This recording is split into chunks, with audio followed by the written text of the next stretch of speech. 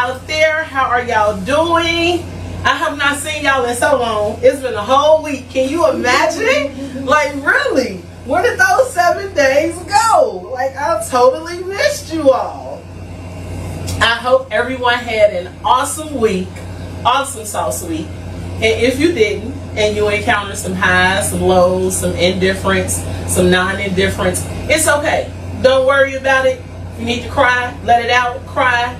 Kick off your shoes. Whatever you need to do to get that out the way. But I want you to just be grateful and thankful that you are still here in the land of the living. Someone didn't make it. So we have to be grateful for what's in front of us now. So, yay! Like, excited, right? Because I'm going to tell you, this week, I believe this week came for me. And it was coming for me so hard, it just wanted me to throw in the towel. But I don't know where I got the energy from. I just came out fighting. We're still celebrating all birthdays in June. So if you're celebrating a birthday in June, happy birthday. I got some special birthdays I want to shout out to, like my best friend, my sister, my homegirl, all of that and above. Lachey Maria, and my big brother Tim. Now, you guys know that this is the month of June, and we're celebrating and recognizing so much in the month of June. And I just want to let you know that I'm not going to do a full recap of last week, but you can go back and watch the show on Facebook. You can also go to our YouTube channel at youtube.com and just search Anointed Accounting. And all of the videos and playbacks, testimonials, everything will come up. Please don't forget to comment, like, love, share. We want to help somebody. And I believe that free information is good information, especially when it's valid information that you can back up. Because everything I tell you, I give you the website to go to get it. And if it's wrong on the website, we both going to be making phone calls to these entities, right? So, I'm not sure about y'all, but I have been waiting so long for today. You know how you plan something, you got something in mind, and then plans get canceled, and then you do it again, and plans get canceled. Like, that's how this went. Like, that is just how this went. So I'm super, super, super excited about today. I'm not excited that it's summer. So let me put that out there. I'm not excited about that. I'm ready for winter. I'm ready for fall. I'm ready for a blizzard. You can have this hot stuff. I don't want it. But anyway, I just want to let you all know that I'm just super geeked about my guest today. Like, this is a phenomenal lady. Like, the things I have learned about this young lady in such a short amount of time, I need her autograph, okay? And I'm sure y'all gonna want it too. If y'all don't, I'll take y'all a copy. That just means I have a whole bunch of copies. Now, I know you guys are... Wait, before I go there, I'm doing something new, y'all. I'm moving up, I'm moving up, I'm moving up. So typically, I use a mobile device to go live. But guess what? I got a camera with a tripod, baby! So I'm going to be going back and forth to my phone, looking at messages, addressing everybody. If it take me a minute to do so, please don't get mad. I'm not ignoring you. So if anybody is on now and watching, thank you for tuning in. Thank you for listening. I am going to acknowledge you as soon as I get to my phone. I promise you. It's sitting right here. I don't know if y'all see it on the camera, right? But oh, so cute. I got a camera, y'all. But wait, I don't even know how to work it. But I'm excited I got it. So, I don't want to... Let me get to the Facebook so I can see. Give me 1 second, y'all. Y'all know I'm not good with technology. Okay. There we go. So, I'm on, y'all. I did it. Okay. So, now, what I want to do... No, you can keep it on. Just cut your volume off. That's all. So, my guest today... Oh my God. Okay, I'm gonna stop. Because y'all gonna see how amazing she is. And for those of you all who don't know, not only do I know her mother, and I have so much love and respect for this young lady. Till, you know how like you grow up with somebody, and even though you're in the same generation, you just really, really have a love and a respect for this individual. Well, that's how I feel about this young lady's mother. And her mom was a guest on my show in early March. But I'm going to trick her to coming back out here sometime soon. And not only do I have the honor of knowing her mom, her mother. I know her grandparents, both of them. And the whole family is phenomenal. So without further ado, I would like for you all to help me welcome Miss Amber Boyd. And this is her! Like, she's here! Like, oh my God! Hi! Hi, how are you? Girl, you want to know the truth? You want to know the truth? It's hot, he said summer. That's it. Like, if we could bypass June, July, August, and September, I would be great, because it wouldn't be no summer. Like, I'm the one that could move to the North Pole, and I would not complain. No, Like, I could not. none of my friends ask me to travel with them because they go to hot places. Oh. I don't want to go to hot places. But they don't want to go to Alaska with me, so I guess it worked out, right? But other than being hot, are you okay? I am good. Okay, we're going to have some fun. So, now, you all know I do things backwards. I introduce my guests, and then I give you all of these wonderful accolades about my guests. So, before I give you every single one of the accolades, I'm going to start one by one, and I'm going to take my time with it because it's just so great. It's so great. First of all, Ms. Boyd is affiliated with the United States Army. I'm going to stop right there. Thank you for your service. You are a better person than I would ever be. I hate when I get in trouble and my people yell at me. So Right, I know to have somebody and then in your face, and what if they breath smell? Like, thank you for your service. I truly appreciate you. My hat is off to you. Thank you. Ms. Boyd is in the process of taking and passing. I didn't say she took it, but I'm claiming it because I know that she's going to pass her state board exam for psychology. I'm going to stop right there again. When I saw psychology, I want to go back to school for my PhD in forensic psychology. Oh. So when you take your exam, I'll be the first person on the couch, okay? You ain't got to go get nobody. Recruit me, I'll do it. By the time you get done with me, you going to need to be on the couch. Miss Amber has a clothing brand. Yes. I hope you cater to my size people. Yeah, of course. Oh, okay. No, I mean bigger than a 2X. Don't let the other stuff fool you. Universe. It's to the universe? Okay, got it. Okay, so we're going to be shopping with Miss Amber. Amber is also a self-worth specialist and a trauma-informed care specialist. Amber is a therapist, and Amber is a phenomenal mother. Wow. That's a lot. A lot. You know, just being a parent alone is a lot. So to be affiliated with one of the military branches, to be in therapy, to be in school, to be sitting for exams, to have a clothing brand, where do you find the time for Amber? Is there time for Amber? Yes. In this long process, I have figured out how to work it out to make sure that I'm also catering to myself. You know, if I can't be what I need to be to myself, then everything else kind of falls apart. So, but I have an amazing support system, and that allows me to get some time to myself. Ooh. So, calendars are your best friend. Yes. I take it. And more than one calendar. Yes, multiple calendars, Yes. timers, everything. Notifications. Reminders, everything. Yeah. Me, I got like sticky notes everywhere in my office. Everywhere I turn, I got a sticky note. Because if I look to the left, I maybe forgot what I was supposed to do. So, but if I look to the right, it's there. So, oh, there you go, I can do it. Calendars are my best friend. Notifications. I would even send myself a text message and schedule it to send at a certain time. Oh, that's good. I need to try that. You would be surprised. I'm telling you. I need to try. Yes, schedule you a message to come to you, and you will fall in love. I guarantee you will. That helps me 50% of the time. Another 50% is the calendars, the phone calls, the notifications, all that other good stuff.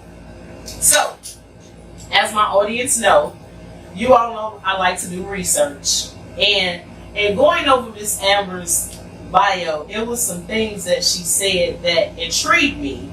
And I want to know if I'm correct. So I'm going to tell you. I looked up what. Darn, what did I look up? I forgot. Just that quick. Oh, I looked up a self-worth specialist, and I looked up a trauma-informed care specialist. So I'm going to tell you what Webster told me. Okay. So Webster defines a self-care worth specialist as a sense of one's own value as a human being. One who identifies the underneath causes of low self-esteem and self-worth. One who challenges negative self-belief. One who assists in building self-compassion. Yes. I was right. Yes. Down to a T. When I go back to school, they can't give me none of these classes. They can't. I'm not taking none of them. I'm not taking none of them.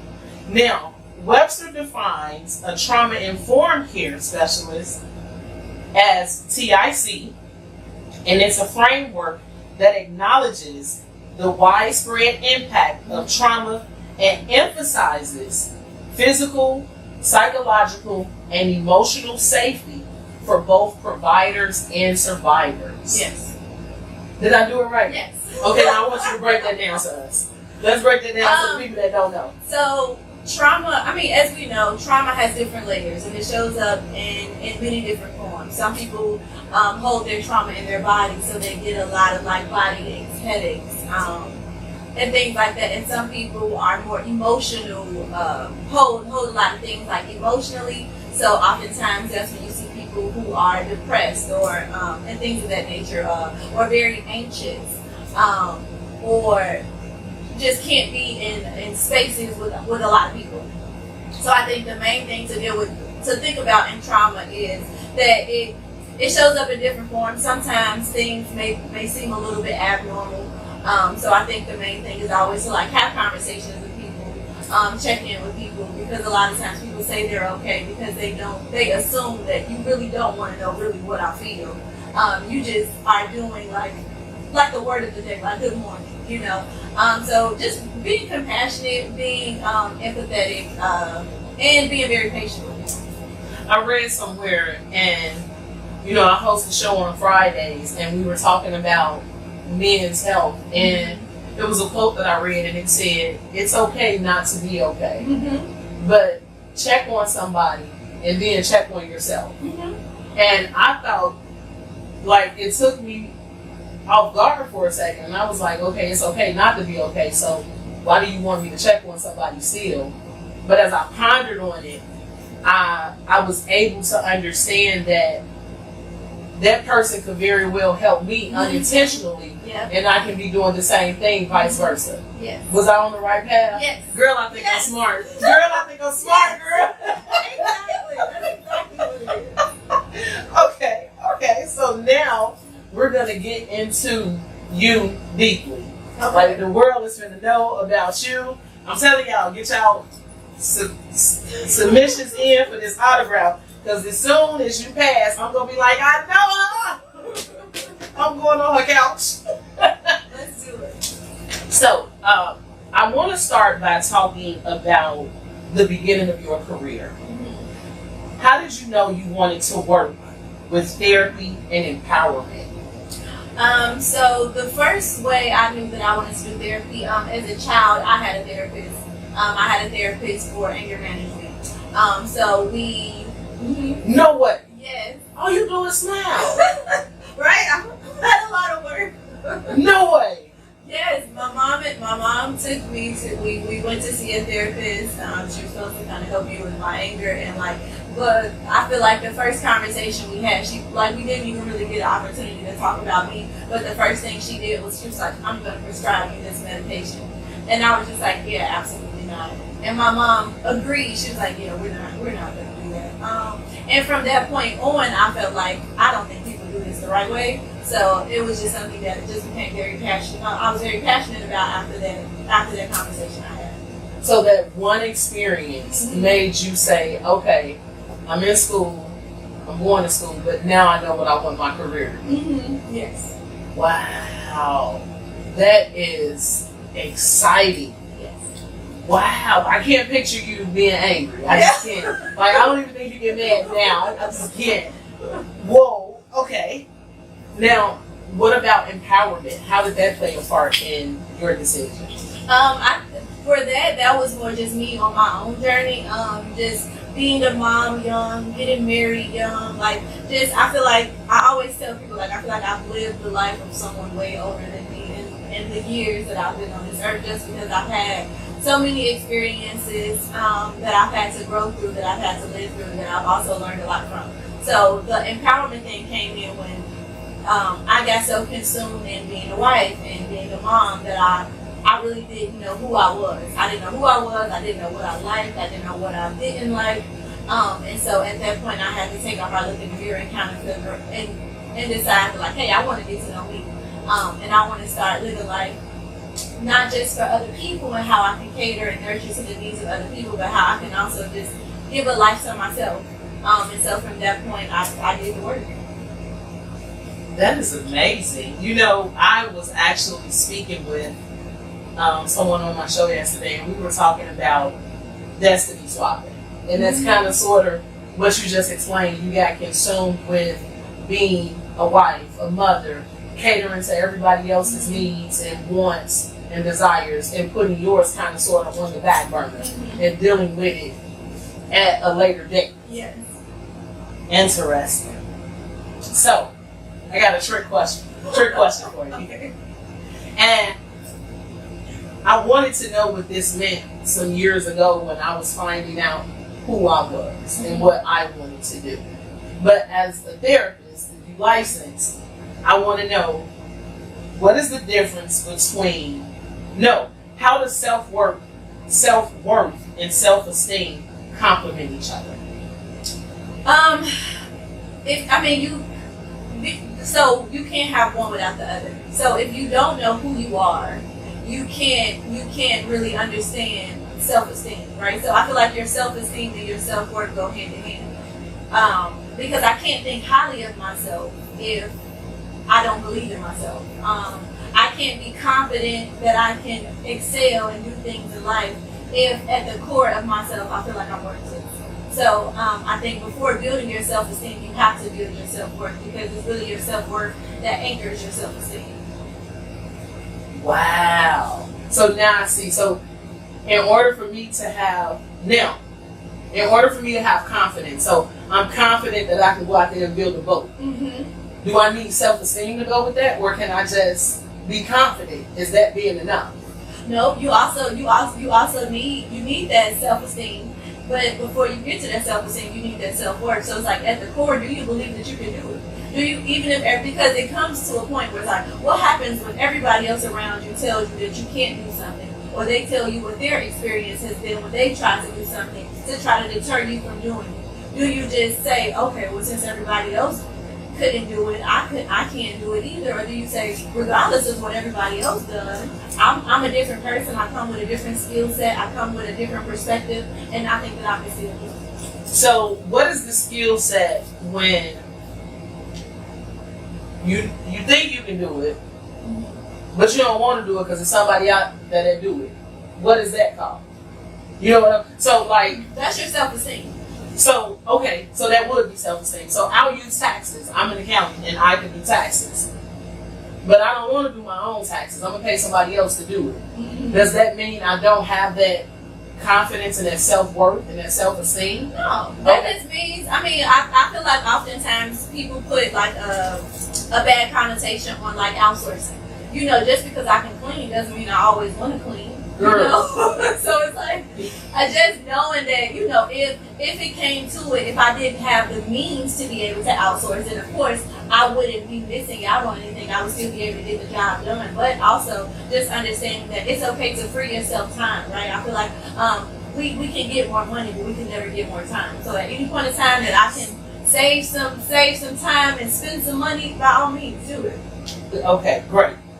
Great, because I was thinking about that when I was reading, and I was like, well, it's a lot of things I know I can do, but I outsource people to do it. Does that mean I don't have this or that? No, absolutely not. Absolutely not. And that's why you're here to educate me. Hello, Anita.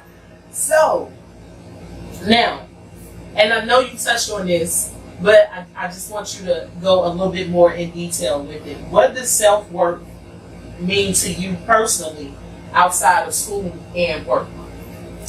Self-worth to me just means I know who I am. I know who I am, and I'm confident in my ability. I'm confident in what I offer the world. I know that what I have, nobody else has, and nobody else will ever have. And I know that whatever I decide to do, whatever I feel like God has taught me to do, He has given me everything that I need to do. So all I have to do is make the steps towards doing it. And just see how everything else unfolds. Amen to that. Amen to that. Okay, next question. When did you realize you wanted to help others with trauma? Because that's, and I say trauma specifically because that's a whole nother level of hurt. No matter what type of trauma you went through, that's a whole nother level outside of self-esteem, self-worth. What made you know that, hey, look, I knew I wanted to help people because of my experience with therapy. Now, what made you want to go into TIC, as they call it? Yeah, like you said, like trauma is just a different tier. And for me, I don't, and honestly, but a lot of trauma happens in the Black and Brown community, which has always been my target audience. Like when I had been deciding like what I wanted to do, what I wanted to major in, and who I wanted my focus audience to be, it was always the Black and Brown community. But also trauma really doesn't get the care and attention that it needs, right? People always, when talking about trauma, the main thing, like kind of like in my experience, what happens is they just offer you medication, or they give you, there's a lot of misdiagnoses that are trauma related, but people say, oh, you know, I mean, yes, there are forms of PTSD, but you know, they say like, you know, you're just depressed, or you're bipolar, you're schizophrenic, you know, and really at the core, that's not really what it is. So for me, my first job was in Chicago Park District, so I was able to kind of, you know, get a feel for just working with people, working with, you know, kids, and always just in the back of my, I've always been the person to ask the why, like regardless of what people do or how it happens, like even if it rubs me the wrong way, I've always been able to kind of separate myself from it, not really take it personally, and just be wondering like, oh, I wonder why they do that, you know, just random things that will come through my mind. And as I started to get more into Chicago Park District, and then I started working like in a real job, I realized that like, oh, like trauma is something that, you know, people really, they don't even really understand like the magnitude of trauma and how it can affect your life, your children, like generations. And so I just felt like all of that put together, I think that's how you can create a healthy individual, if you understand like the things that happen in my life, you know, as we know, the Bible always says like we can't escape, you know, we're gonna have trials no matter what, right? But just because we have a trial doesn't mean that we can't grow from it and we can't build from it and become something greater. I'm coming to your couch. I feel like I'm in therapy. And it's good though, like, because the stigma that was looked upon therapy was like horrible, and I'm so glad that now it's no longer frowned upon like it used to be. I agree. Nowadays, when you talk to someone and they say they have a therapist, as it was mentioned to me, that means you're trying to do better with yourself. Mm-hmm. So that lets me know that you recognize that you need some type of assistance, and you can't do it on your own. Yeah, absolutely. So how did you implement your style that blends emotional depth with grounded clarity? I think that being grounded and having like emotional awareness, emotional control, I think that even with that is a process, right? Because even sometimes like how we're raised, a lot of parents, you know, if you don't stop crying, I will need something to cry about, you know. And it wasn't a bad thing, right? Like they were bad parents. It was just like a lot of parents just really didn't have the skill set to say like, oh, it's okay to cry, but you also have to like, let me help you communicate why you're crying, or instead of throwing a tantrum, let me figure out exactly what you need. So for me, I really didn't get to a point where I was able to build like emotional awareness until I had kids. And at that point, it just made me look at everything differently. Like, you know, kids that I work with at work, and then, you know, my kids at home, and kind of just trying to figure out, like, all right, what are some patterns that I'm seeing with the kids that I'm working with? And, like, what are some of the things that they're telling me that they're dealing with, or how their parents handle things at home? And also just pulling from a lot of my parents' parenting style and my grandparents' parenting style, and kind of just really figuring out, like, all right, what is it to be in control of myself, right? I don't have any control over anybody else. How can I, you know, be happy and thrive in a world that isn't always very nice, or isn't always as comforting or supportive, and things of that nature. So I think for me, it's just really being able to figure out how can I still be in control of myself and not allow everything that people do to affect me, where it's like, you know, they're pulling my strings. Got it. So we have a comment. Benita says that you cannot help me. I think you're going to have both of us on your couch. You can help both of us. So now we're going to go into trauma. As you know, we spoke about that it comes on different types of levels. Yes. Now, because you're in therapy, I know that you know May was the month that was recognized for mental health awareness. And then what I came to find out is that June, that month, is dedicated towards men's mental health. And, you know, when I think about mental health, I think about it on the 365 days. Because even though this month recognizes it, that doesn't mean it's going to go away. Exactly. And that's the same for trauma, correct? Okay, so when we're talking about trauma, I know for a fact countless women wrestle with hidden wounds, as you described earlier when you came on. How do you assist clients to begin recognizing wounds they may have suppressed or minimized? I think, well, the way I tackle it in dealing with trauma is, first you have to create a safe space for people. Because oftentimes what happens when you deal with trauma, your body kind of goes into fight or flight, right? So now at this point, like, you're in protective mode, which makes you sensitive and more defensive to everything. So like, even when people say things, you know, and they may not have any ill intent with it, because you know you've had this wound that you haven't dealt with, like your perspective has shifted. So I think the main thing is just having people to just freely talk, like to freely talk about whatever it is that they want to talk, and from them having those conversations, they'll start to pick up on certain things. I say this all the time. I say, you know, therapy is just a tool to kind of guide you, right? I think that everybody, even they know what they need. They know what they need. They just have to have a space in order for them to kind of talk it out and think through it so that they can figure it out. So most times people will come in and say, oh, you know, I'm agitated. I'm easily agitated. I'm easily frustrated. And then from that point, they'll start to have like memories. So I remember this, or I remember that. And then from that point, we can kind of figure out, you know, how to kind of tackle therapy and figure out what would be best to support them, to kind of get them to a point where they feel like, you know, I'm never going to get over what I dealt with, but, you know, I can figure out a way to live with it where it makes me strong, it makes me more resilient, versus like it makes me weak or it makes me vulnerable. That's a good practice. That's definitely a good practice.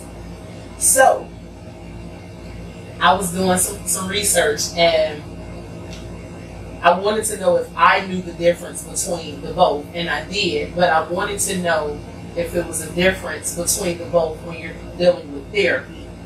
So have you ever had to choose between dealing with an emergency versus an urgent situation? And if so, can you give us an example? Because I know both of them are different. An emergency is now, right now. Exactly. No exceptions. Drop everything. Whereas urgent means, okay, I just want you to do it, but if I have to wait, I'm going to wait. But just know that I should be right after that emergency. Right. I think the main thing is people need to identify what's an emergency and what's just urgent. Because I feel like in life, something is always going to be urgent. Like there's always going to be something that needs to be done, something that needs to be due.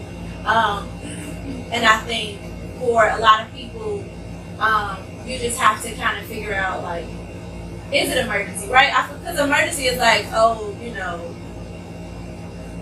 my family was in a car accident, or even if speaking in therapy, an emergency would be like, one of my clients had a suicide attempt, right? That would be an emergency. Versus if they were just thinking about attempting suicide, that would be an urgent situation, right? So you would handle it differently. Like if they had a suicide attempt, of course, like you would call 911, they would go to the hospital. Versus, if they just were feeling very down, feeling very low, and they felt like they wanted to, but they really weren't. But they really didn't have any specific plans. And at that point, you create a crisis plan. All right, if you feel like this, these are the people that you call. If at any point you're out of control, you call 911 and go to the hospital. Whoa. Wow, that's a lot. So, and as a therapist, you have to learn how to tackle in between the both, right? Yes. Is it sometimes overwhelming? Yeah, I mean, dealing with other people in any form is gonna be overwhelming, because as human beings, whether we do it on purpose or not, like, we kind of take on, well, like when people dump on us, like, we take it on, we hold it for them because we're holding space for them. And so, like I always say, every therapist needs a therapist, because like you have to be able to know how to let things go. Like when I leave my client, I'm leaving everything in that space, right? I'm not taking that space home, and then I'm not able to be a parent, and deal with my kids, or I'm not taking that to the gym where now I can't focus on my workout, So it's just being able to strategically, and of course that comes with practice. That comes with a lot of practice, because you also have to be emotionally aware of, like, all right, if today is not a good day for me, being able to communicate that and say, I need to take a day. I'm experiencing some burnout. And of course, like, if I'm not really in it, then I'm not going to be of service to my clients. So just being able to take some time to understand what's happening with you and what you need, so that you can best service you. Because if you're at your best, then you can provide the best care. Absolutely, and I agree with that. And I've often wondered, do therapists really have somebody that they want to talk to? They should. If they don't, they're looking for one.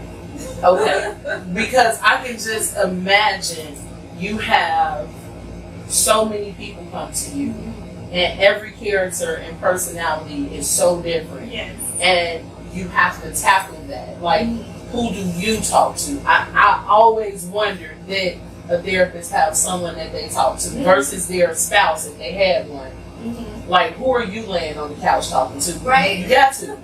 And I look at therapists not just as, like, in your profession, but I've come to realize that in certain professions, you are a therapist. So if you're a hairstylist, you're a therapist, because these people are coming and they're telling you things. If you're a barber, people they're just pouring out things to you. Mm-hmm. So in certain industries, I come to believe that in some shape, form, or fashion, you're a therapist.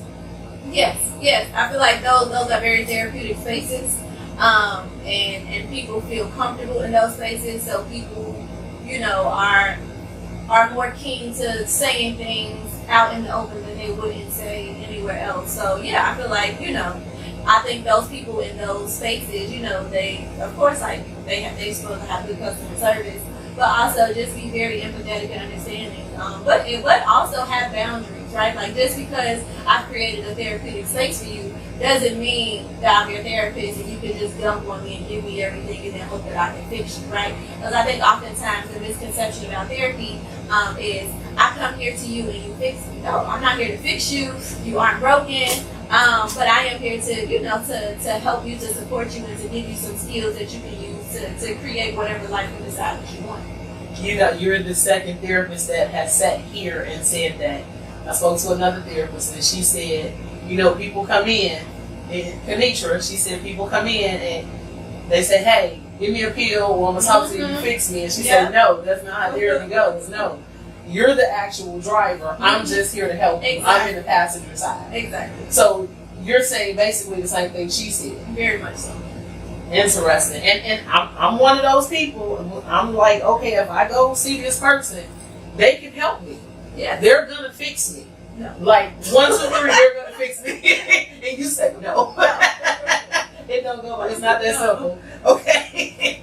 Well, that's why I'm gonna be on your couch.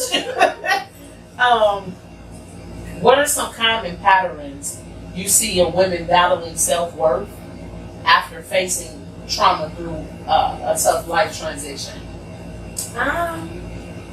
Mostly, they get a perspective shift, and so they start to feel very anxious about everything, not very confident in themselves and their ability, or just not safe in certain spaces. So I think that usually when people have experienced trauma, the one thing that they need to do is of course, the number one thing is, a lot of people may think that it's like, oh, you should know that already, but in those spaces, sometimes people don't. So the first thing that people really need to understand is like, this is not your fault.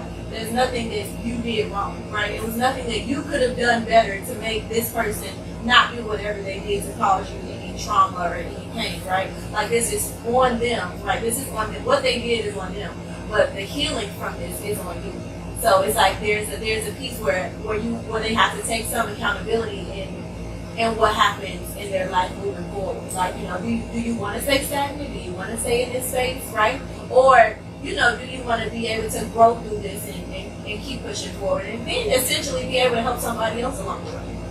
So when you say that it's not your fault, Mm-hmm. right? What if that person is taking accountability? Mm-hmm. Does that play a role in it? Because, okay, it's my fault. I should not have let them leave the house, and I knew that they consumed too much alcohol. Mm-hmm. But on the flip side, that person is an adult. Exactly. I can't stop an adult. But darn, I wish it was something I could have done. So in a situation such as that, and they say it's my fault, Mm-hmm. could that be a level of accountability that they want to accept? Is that okay? Yeah, that's okay. Okay. Because you have to create space for whatever feelings they're feeling, right? Even if they're unhealthy feelings, like at any point in time, if you do feel like, oh, if I could have done something more, then yeah, okay, let's explore that, right? Let's sit in that space and let's feel all of those feelings, right? Because once you feel those feelings, the next time you feel it, it won't be as intense. Got it. Okay, because I know I'm quick to say, oh my God, that was my fault. Or if you bring something to my attention, the first thing I say, what did I do wrong? Because I want to say, not that it was done wrong intentionally, Mm-hmm. but I'm just taking accountability. Because something happened, you're bringing it to me. Right.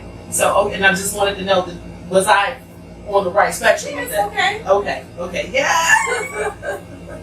Okay, so do you find it challenging to help teens and adults break generational cycles that are deep within?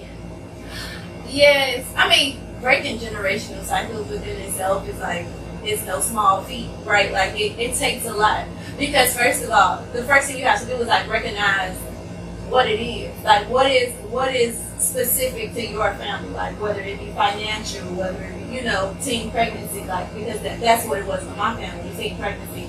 Like what is your giant that you have to slay? But what I have noticed is a lot of times it's more. Teenagers, adolescents, and adults, the main difference between the two is sometimes adults can be very stuck in their ways, right? So it takes a lot more for them to to want to change or be able to change. So it really has to be I'm ready for this. I want to do this. I see that this is a problem.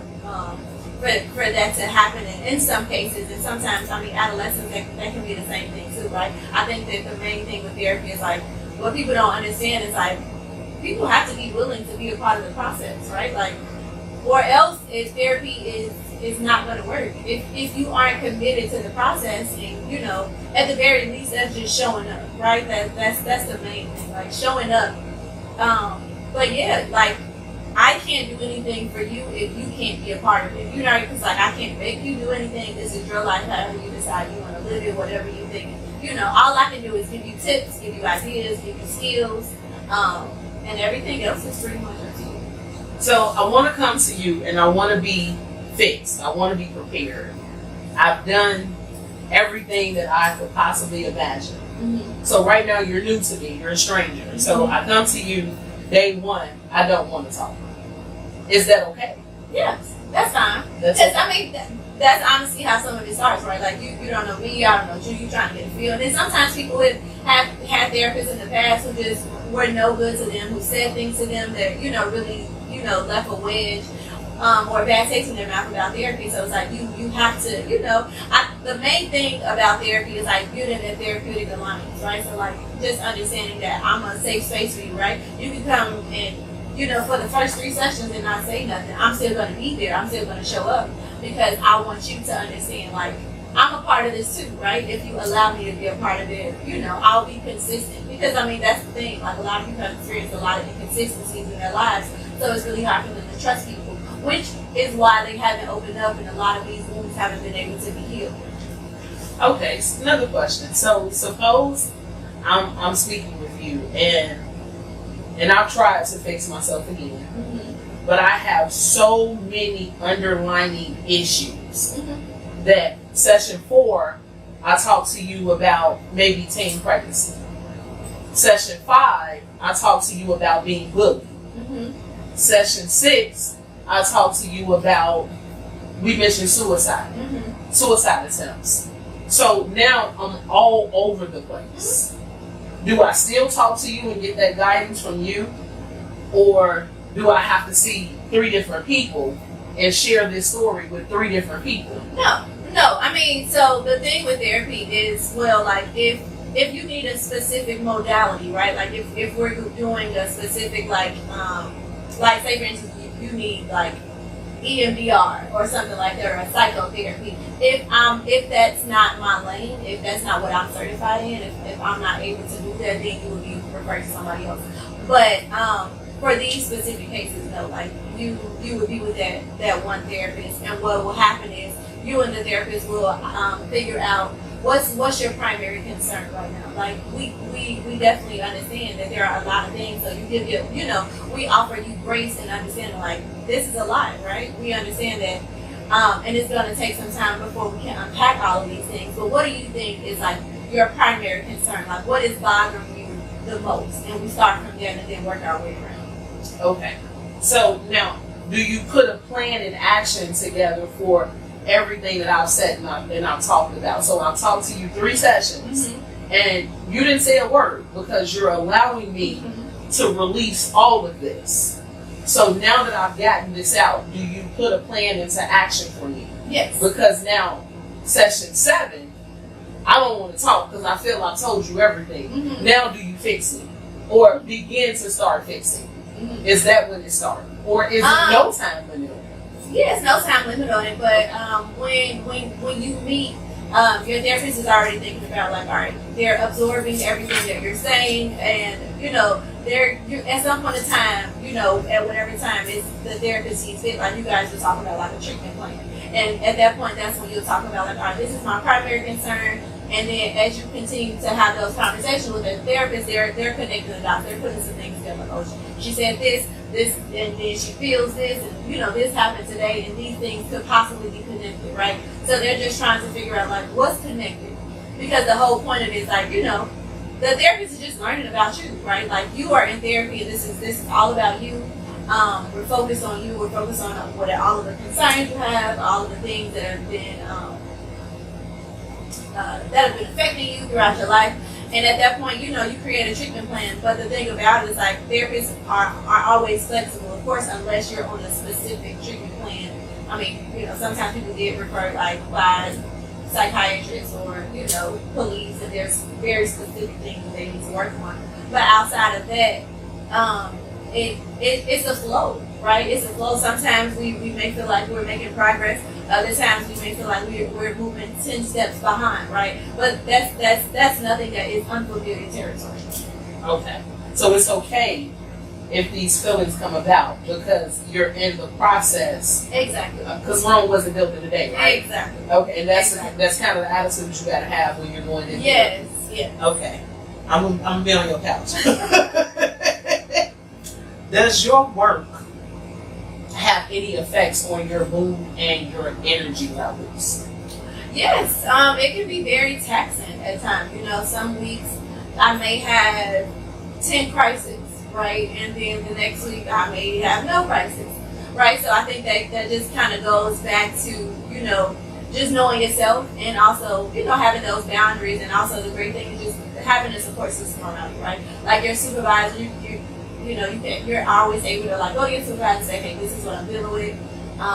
Maybe I need to take a couple days, or maybe I need to take a day. You know, they always talk about mental health days. Like, take a day. You have the days, use them. You know, some people, you know, they don't want to use their days because they don't want to feel like, oh, I'm not being there for my client, or I got to cancel. But honestly, it's like, if you're there, but you have absolutely nothing to offer them because you are depleted, it was a wasted session anyway, you know, and your client, and at that point, you know, you may build a bridge with your client because they'll feel that, you know, energy is transferable. Like, they'll feel like, all right, it seems like, you know, you're a lot off today. Then you may get the, you know, you may end up talking a little bit about yourself, or putting your own, you know, personal feelings into how you're dealing with that client, which is, you know, still not beneficial to the session. Right. And I get that. I totally understand that on so many spectrums. Because it is at your pace. It's at your speed. With you saying that, let me ask you this.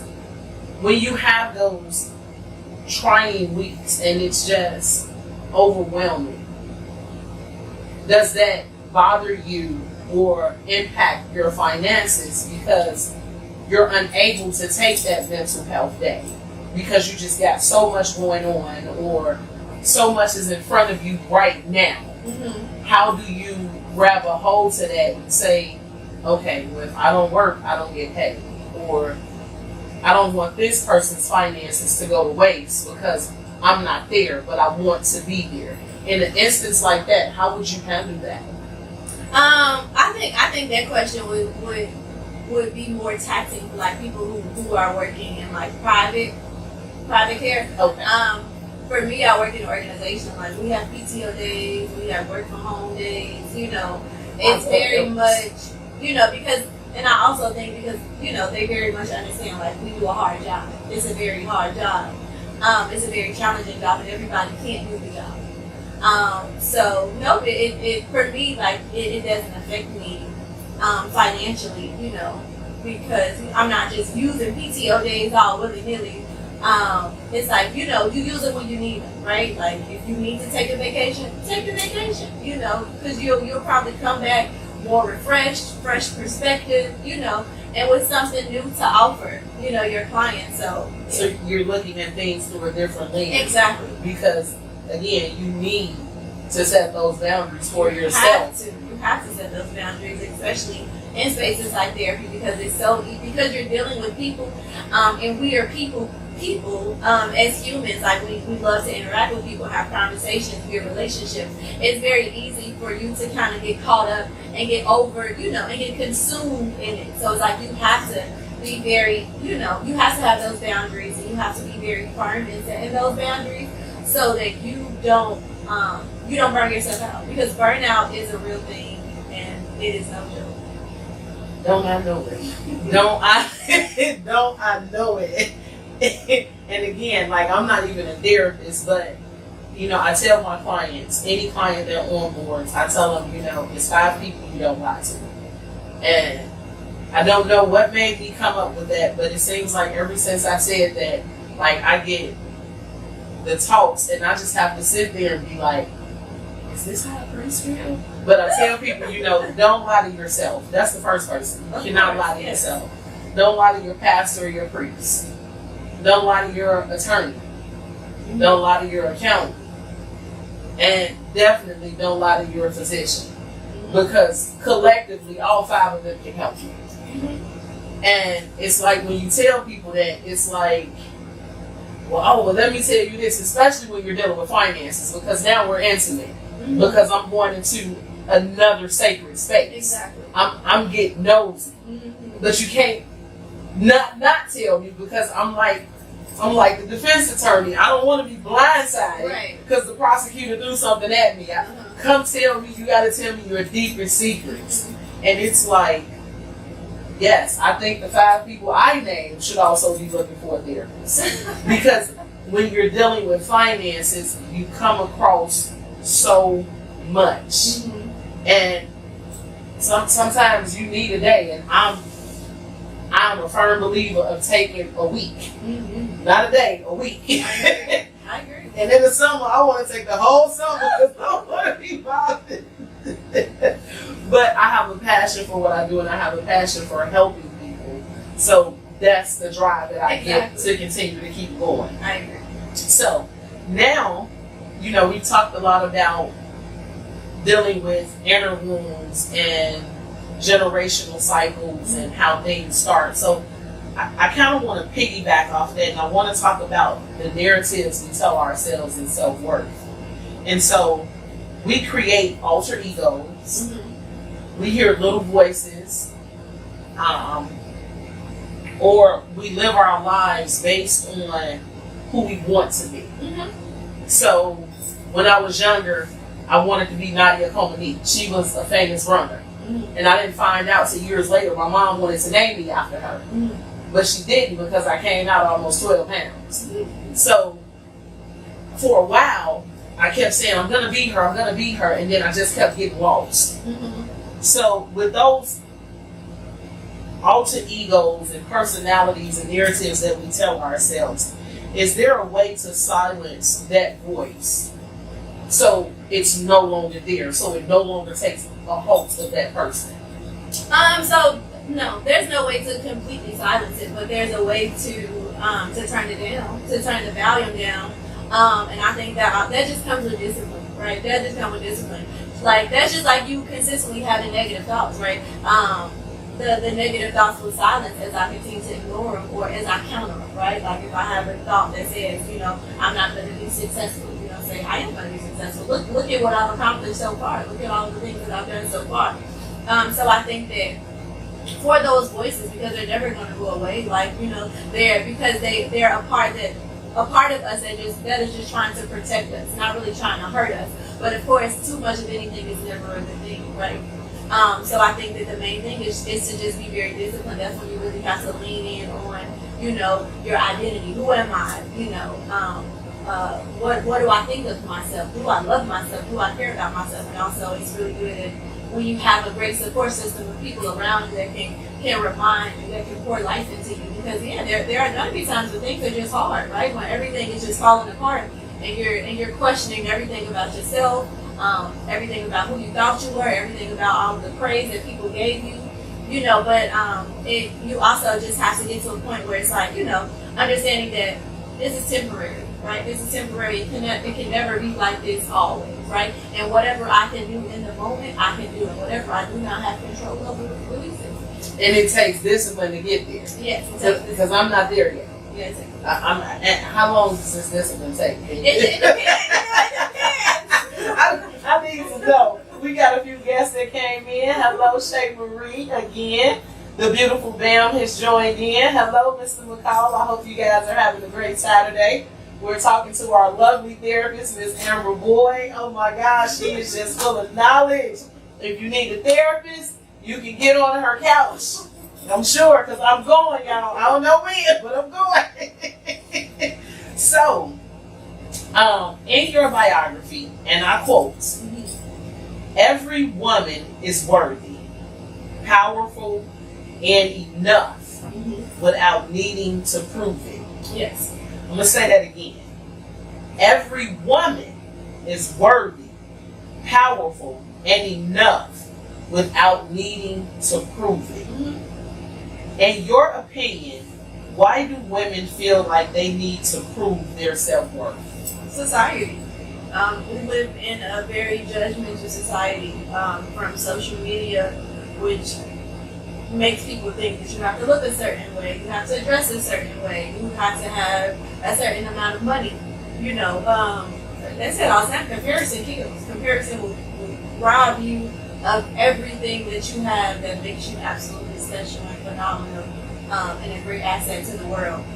So I think that's the thing. Like, when people understand that the internet is not a real place, we will all be in a better place. Girl, listen, let me tell you, I love comedy, right?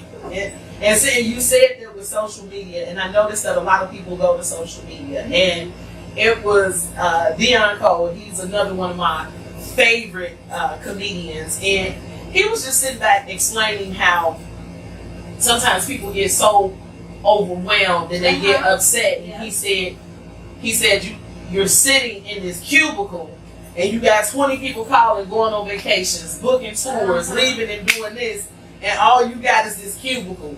No wonder why you feeling like this. And I get it. Society will put a stigma on you, and it will make you look at yourself differently. However, I think the other presence that social media has brought into play is when I was speaking about alter egos. You can be that person that you want to be, and nobody knows it.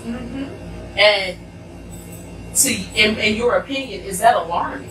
Is that something to be terrified of? No, I don't think it's something to be terrified of. I think it kind of just goes back to discipline. Like, I feel like social media is absolutely amazing if you know how to use it, if you know how to operate it properly. But also just understand that, like, this is just one facet of life, right? Like, you know, you have to live life, you know, in the here and now, in the real world, right? So I think that just understanding that, you know, this is something, you know, using social media, it's a business, right? Like, if, you know, use it just as such, right? And be very careful about how much time you're spending on it, right? Because, like, we only have a certain amount of hours in a day, right? 24.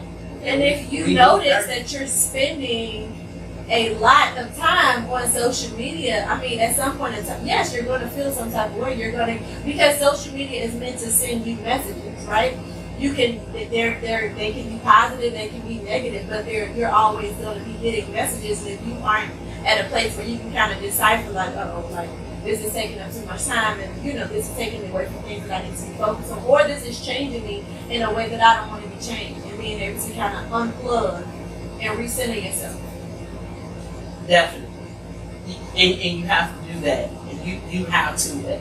Whereas, like me, like, I came up again with your mom. So we didn't have social media. We didn't have cell phones. When we sat at the dinner table, we talked to each other. And it's like I've come to a point where I don't even want to know how to work social media. So I'm that person, well, can I pay somebody to do it? I don't want to know how to do it because that's just time that I just don't have. And the things that I used to see on social media is you mad at your husband, you mad at your wife, or they didn't clean up, you cook this, it probably don't even taste as good as it looks, so I don't got time to look at that. And, like, if I'm your friend and I know you, then I know you know how to cook, so why do I need to see it? Yeah. So some of those things really, really deterred me from social media. And when I came back to social media, it was like, oh, okay, I still got to pay somebody, you know? Because, again, I'm still looking at that stigma. I don't want to be in that family of not being able to walk away from that. I want to be enough. Yeah. And I do know that social media does that to some people if you allow it to. Now, assuming someone wanted to reclaim their self-worth, what baby steps should they take? I think the first thing is when you first wake up in the morning, take 10 minutes of silence. Just see? Yeah, that's the start. You know, it doesn't have to. I mean, you can start with 5. Obviously. Okay. But you take a couple minutes to yourself, right? Because when you wake up, you're gonna get all of your own messages, right? Your mind is gonna be telling you, all right, this is what I think, this is what I feel, and you have to give it time for that. You have to give it time for that, because if you don't, as you go throughout the day, like you'll start feeling like, oh, I'm angry, or I'm irritable, you know. I think the first thing is just, you know, get some quiet time. Get some quiet time to yourself, because a lot of people are, what I've noticed is a lot of people are afraid of silence. A lot of people are afraid of silence because when there's nothing happening around you, you're forced to deal with what's happening inside you. Say that one more time for the people that want to listen. Say that one more time for the people that didn't hear that. When there is nothing happening around you, you are forced to deal with everything that's happening inside you. And that scares people. It does. It does. And what I like to do is decompress. Mm-hmm. And, you know,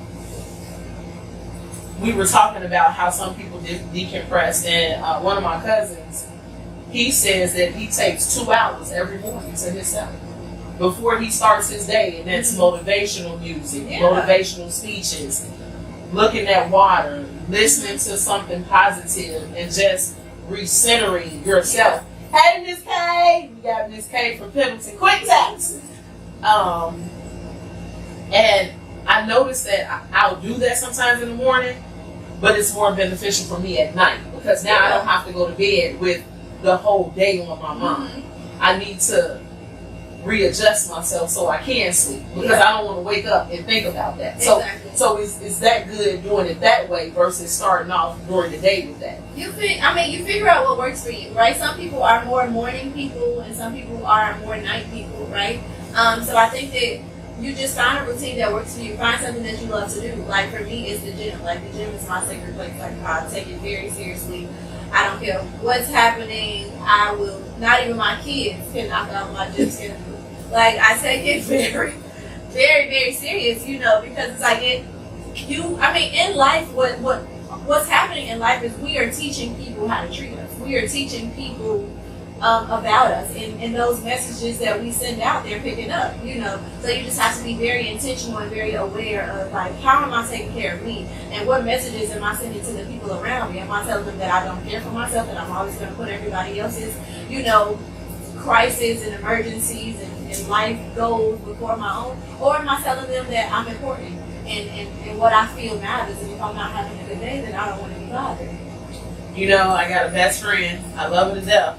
Oh, I got a best friend, and she loves boundaries. Mm-hmm. And when it comes to her space, and she gonna kill me, that phone will go on do not disturb. Yeah. Lachey will tell you no in a heartbeat and don't feel guilty about it, and will love you right.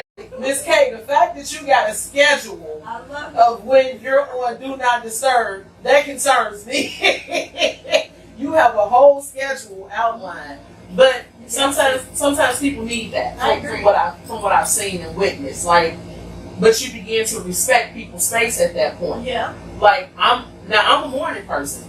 I would get up at 2, 3, 4 o'clock in the morning and be at my best. But it's just something about a phone. Like I talk on the phone all day at work. When I come home at work, I'm talking on the phone for work. When I just don't want to talk, I just don't want to talk. Yeah. Like I'm so old school sometimes. Like I've lost friendships because I don't like talking on the phone. Like write me a letter, put it in the mail. When you get here, I read it. They don't do that no more. So yeah. but that's my space though, and that's the boundary that I'm trying to create. But sometimes it don't always let me do that. Yeah. Okay, but I'm learning today. I'm going on. It's a do not process. serve. Yeah, it's a process. And that doesn't mean that you don't love people, Right. and you don't want to be bothered. That just means that that's your boundary and that's your That space. just means you love yourself more. Got it. Now, since we're talking about loving yourself, I want to talk about empowerment and transformation, because I know you're real big on that, because you're an advocate of that empowerment. Oh my God, I love it. So you describe your work as redefining identity. Mm-hmm. I had to look that up, but I got confused. and normal people use Google. I got a dictionary and a thesaurus in there. Okay. If that don't tell me, I don't care what Google say, because Webster Dictionary was out before Google. True. So, can you explain what that looks and feels like in real life, and give us the real definition of it? I mean, it requires a lot of work. It's a lot of work. It's a lot of time, and it's a lot of energy, right? Because the first thing you have to do is figure out, you know, who I am today and who I see myself in the future, right? And then you have to figure out, you know, how far away am I, right? Like, what does the person? It kind of goes back to what you said when people, people say they act like who they want to be, and like I sometimes you just have to, they call it fake it till you make it, but it is what it is. Because it's like, how do I see myself in the future? Like, if I'm gonna be a millionaire, what would my morning routine look like? What kind of things will I eat? What kind of people, would I spend my time with, right? Because the people who you spend the most of your time with are essentially who you are, or that those are the boundaries of who you can possibly become, depending on the people that you spend the most time with, right? So it's just a process of becoming, right? And I say becoming because it's open-ended, right? There's no period, right? You never stop becoming whomever you decide that you want to be. So it's like building blocks then. Mm-hmm. You're building yourself up to be this potential person that you see yourself being. Yes. In your own lens, not in somebody else's lens. Exactly. Okay, and that's a process itself also. Exactly. Got it. So now I got a better understanding. Are there any common misconceptions women have about, and this is a 3-part question, about personal power? And do men face any of these challenges? And if so, can you give us an example of each? Yes, I think that people assume that men have it all together. But I think that the issue is that they don't really have as much space to be open and honest as women do. It's assumed, that women have conversations, that women need to be supported, right? That women need to look after each other, and it's also assumed that men also, yes, I agree, men also need to look out for women. Men also need to cater to the needs and the emotions and the feelings of women, but also it's supposed to be an even trade, right? Because men also struggle with their identity, right? Some men were raised by single mothers who didn't have fathers, So a lot of them are missing, what it means to be a man, to be a provider, to be a husband, A lot of them have a void of not having a father just because, people, it happens and people don't talk about it. It doesn't mean that they don't feel anything. It doesn't mean that there still isn't a wound there or a void. And a lot of men are better at masking it, right? Because they've had to, and that's been something that's been passed down from generations. That like you have to be strong, right? That masculinity. Yeah, you have to be strong. You don't cry. Can't cry. You're a provider. Who are you? Because then you're looked at as a wimp. Exactly. You're not taken seriously. But then on the other side, then women complain about men not being emotionally secure, being emotionally available, or being able to communicate their needs, but also not being able to offer them the space to do it. It's kind of like, it's a catch-22. Like, what do you want? We gotta pick a side. Absolutely. Ms. K, you're right. I do talk to you, and she said we could use Chat GPT. Chat GPT. Chat GPT is really good. Is it Webster? No, Chat GPT is good. Yep. That means I gotta learn something else. No, man. It's good, but those are also one of the things, like, you have to know how to use it, and, for it to flow. Now, see, when I was coming up and going to school, what the teachers, especially if you gave a paper, they were able to detect where you got it from, and you lost points off that. Mm-hmm. And they even called that plagiarism. Yes. Then I had a professor say, your best friends will always be the encyclopedias, the dictionary, the thesaurus, journals, and articles. Yeah. Those will be your best friends. Mm-hmm. You will not get in trouble. So, again, that's what I learned. That's what's embedded. Yeah. So to come out and do something different, it's like, no, I don't think that's safe. Like, if the system isn't broken, then there's no need to fix it. That's true. So, do you offer support and other resources to clients in sustaining their healing after their session ends? Because maybe I should ask, is there a time frame? So if I come to you and I need therapy, do you say, well, your therapy is only 3 months or 6 months? Is it a time placed on it? No, it's not a time placed on it. It's essentially like whenever you feel like you're at a point where you can do this on your own, by all means do it. But I think that therapy is like a revolving door, right? Like sometimes I'll leave out and I'm okay with it. Sometimes maybe something else in my life happens, I'll need to come back. So I think that also the main thing that I like to communicate is like, it's okay to take breaks, right? Like it's okay if you're feeling really good now, and then in another season of your life, you're like, maybe I need to go back because I didn't learn the skills necessary for this. So because a lot of people feel like, oh, like, you know, I gotta start over, like I didn't learn anything, and you know, they start to be very hard on themselves. But it's like, you know, we are constantly growing. Life is constantly changing. Things are constantly happening, and sometimes you just need a little extra support, and that's what therapy is. So after that session ends, they're able to say, well, Ms. Boyd, I want to stay in contact with you, or do you give them like a resource center to go to, or books, or it's tools or a plan, I should say, you put into effect? Yes. So if they do feel like, I'm getting overwhelmed, I'm feeling anxiety, they can bring it down a notch. Exactly. Okay, that's great, because I wanted to know what that process looks like after therapy. They don't show you that on No. they don't tell you that. No. I wanted to know if it was such a process, like after therapy is over, is there still help? Yes. It's still help available. Like you said, like we give them countless resources. Whether, you know, some people like support groups, some people don't. And also you lead with a plan, right? You lead with a plan. Like we haven't just been doing all of this work for nothing. You've been gaining skills, gaining knowledge, and gaining everything, all of the tools that you'll need to be able to sustain yourself, you know, when you're no longer seeing me every week. Maybe you only see me once a month, you know. So yeah. So is that helpful? Is that a helpful practice? Like if I'm at my end, like you said, instead of me coming weekly, now I'm able to come monthly. Is that still something healthy, or? Yeah, you taper. You know, it's just like trying to quit. If you're alcoholic and you're trying to stop drinking alcohol, right? You don't just go cold turkey. Like you say, all right, if I drink 7 days a week, maybe this week I'll only drink 5, right? And then every month you'll slowly decrease it until you get to a point where you can stop. Awesome. So we have been talking endlessly all this time about relationships and boundaries.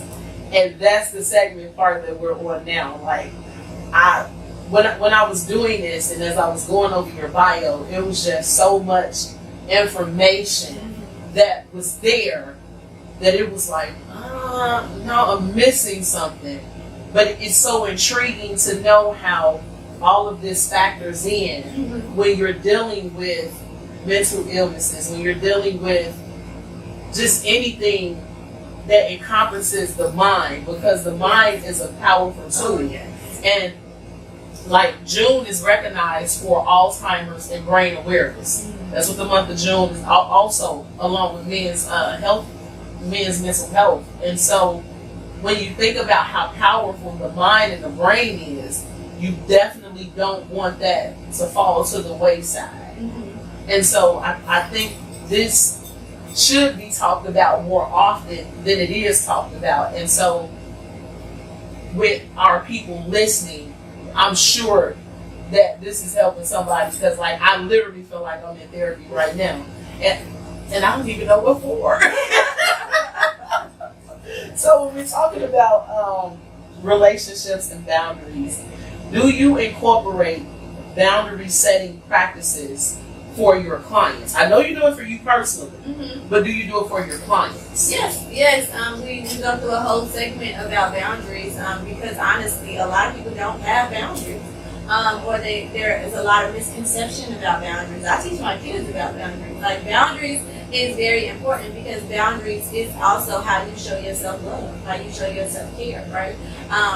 Because also, like, you don't want people to just think they can do anything to you at any point in time. So we go through the list of boundaries. There are physical boundaries. There are sexual boundaries. You know, there are intellectual boundaries. I learned about that too. You know, there are a host of boundaries, and you break them down by each segment, right?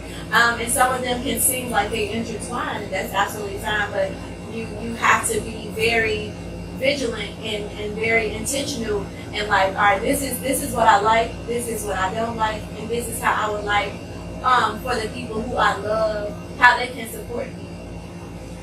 So let me ask you, when you're setting these boundaries for your clients, is it ever a time where they say, well, I needed to overlook that because I needed this right now? Has it ever been a time you had to deal with that? Yeah, all the time. So I mean, some boundaries are less big than others, right? But it's like you have your non-negotiables, right? And those are just like respect, of course, things like that. But there are also some things where it's like it's okay to be adaptable in those areas. So I think that even communicating that, is still showing yourself love and care and still being true to those boundaries. What are a few boundaries that therapists set for their clients? Now, I know you talked about intellectual boundaries and time boundaries, and of course, I literally just talked about those on my show yesterday. And to know that a therapist has boundaries for clients, I would have never assumed that, because it's like, again, I'm coming to you to get fixed. So how dare there's a boundary? But what are some examples of boundaries that a therapist may set for a client? Well, we have ethical boundaries. Absolutely. That's a must. So, that's like a there are no-brainer. always, those. Gotta put that out there.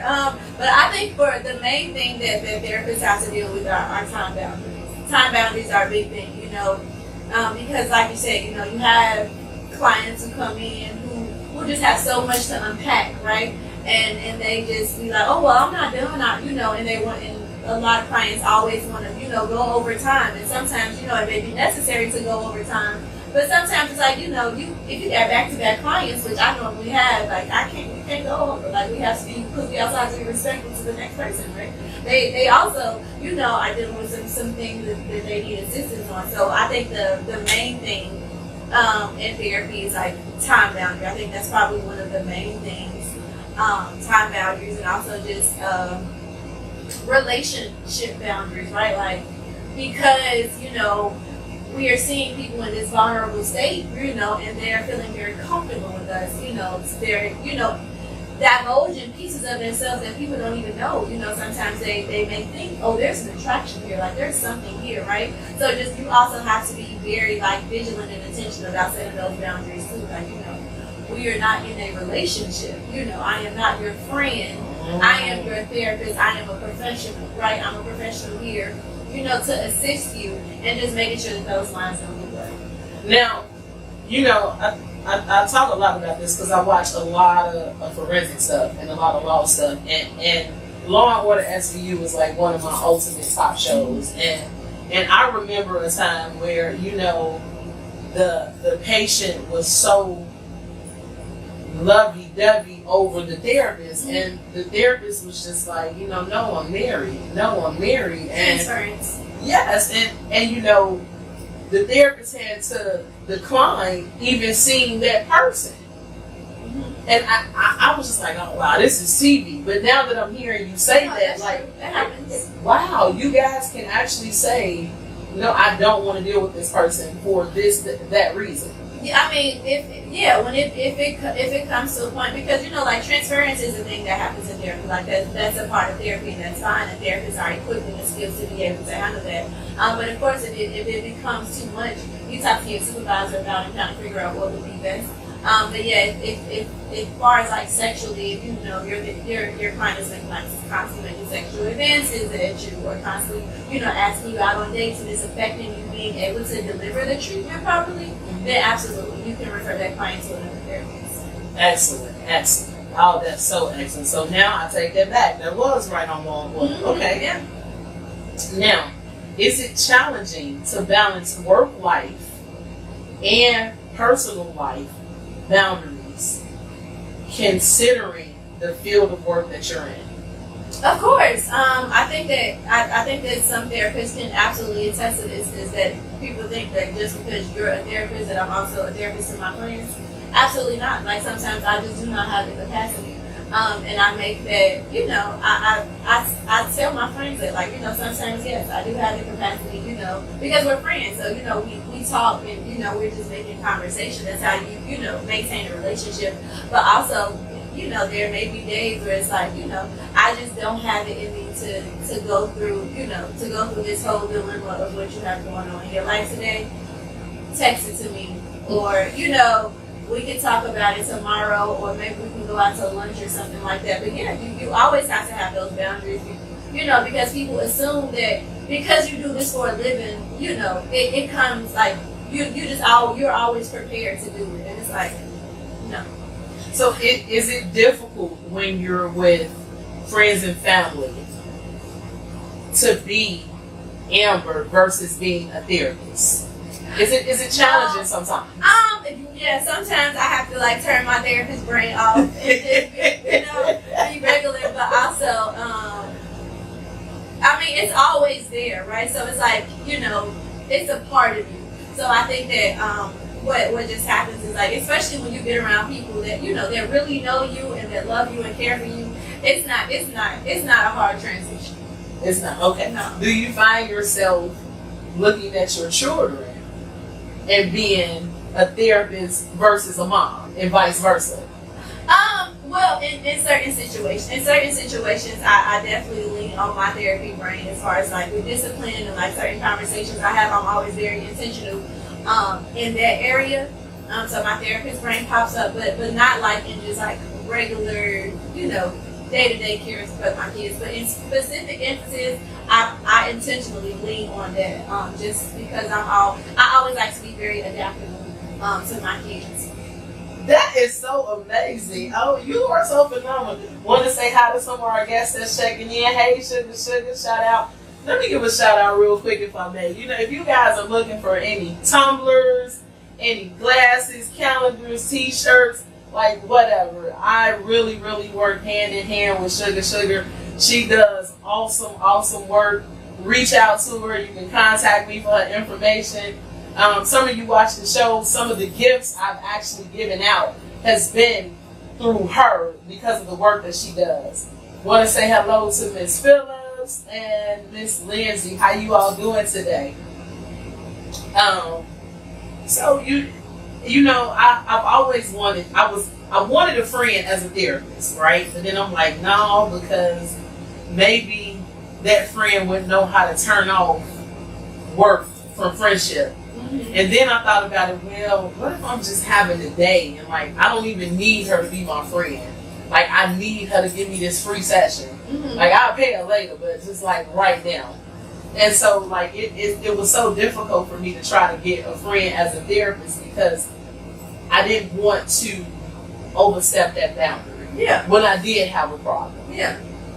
I think that just comes with having conversations because of course as friends, like, you know, we lean on friends who aren't therapists as our therapists. So I think that as long as, you know, there's an understanding and you're not like overly abusing it, because I think that that's usually when it just becomes a problem. It's like, okay, no, like you're misusing me at this point, right? Like you're just constantly you understand that like, oh, you got me and I'm always gonna be there for you, and you use that as a crutch. So I think that just also comes with like, you know, just being very mindful of like the people that you spend your time with and understanding like there should always be an even exchange, right? Like no one person should just be feeling like they're doing way more or giving way more to a relationship than another person. Absolutely. So for women going through the process of reclaiming their self-worth, is it challenging to navigate, I just said this, friendships and relationships with families, and they're going through? Of course, because like you have to have, at that point you have to have those hard conversations. Like you have to have hard conversations. You have to have hard conversations with yourself, right? Meaning what? Because like say for instance, I have a mom who is, you know, just emotionally unavailable, right? And that causes me trauma, and that affects me and how I deal with people. And if my mother isn't at a point where, you know, she wants to deal with the hurt that she's caused me, but I'm at a point where like I'm trying to heal from it, I may have to cut my mom off for a while, you know, or I may have to cut my sister off or my brother off, and it's like those are really hard for us to do because, you know, that's your family, and society tells us that like you know, where the Bible says, honor your mother and your father, you know, and it's like how, so being able to navigate through, you know, those hard conversations, but also being very kind and considerate to yourself. When you're dealing with it, like you said, because it is your family, it is your and friend. you do love them, you know. But I think that oftentimes people assume that because you love them, that you're obligated to allow them to treat you any kind of way and forgive them. Yes, I have to forgive you, but as I forgive you, I can also change the ways in which you have access to me. Right. And it's no love lost. I still Yeah. love you. I'm still there for you. But this capacity right here has been, it's null and void. Yeah, and that's okay. And that's but it's protecting hard. peace. Yeah, but that's hard to do. It's very challenging because we want, as human beings, like we like to fellowship with other people. We love to build relationships, and we love to sustain and maintain those relationships.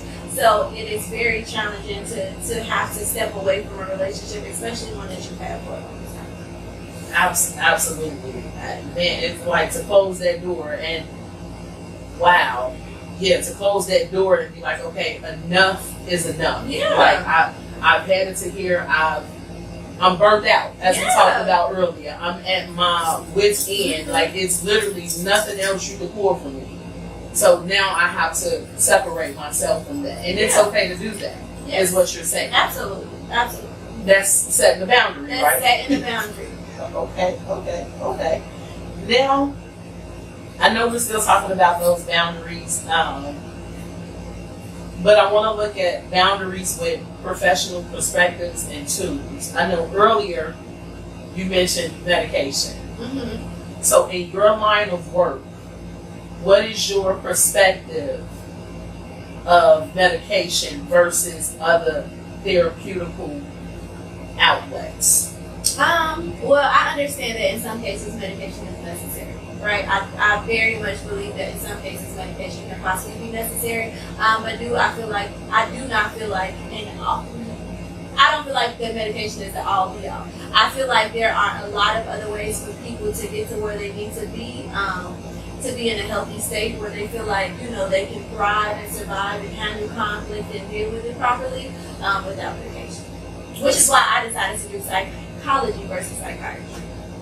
So you don't, medication is not your go-to for a person right away?